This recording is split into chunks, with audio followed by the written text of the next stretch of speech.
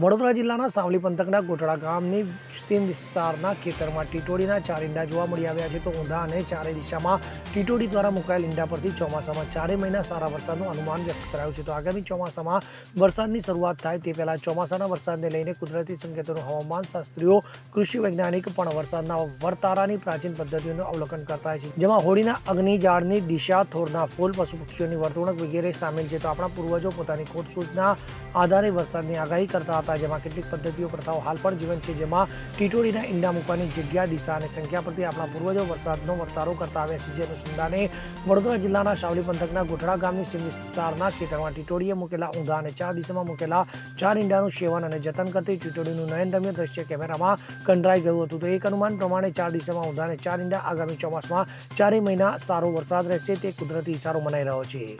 ઇકબાલ લુહાર સાથે CN24 news, Savli. હવે જુઓ દેશ દુનિયાની તમામ ખબરો તમારી આંગળીના ટેરવે. ઉઠાવો મોબાઈલ અને Google Play Store પરથી ડાઉનલોડ કરો અમારી CN24 ન્યૂઝ મોબાઈલ એપ.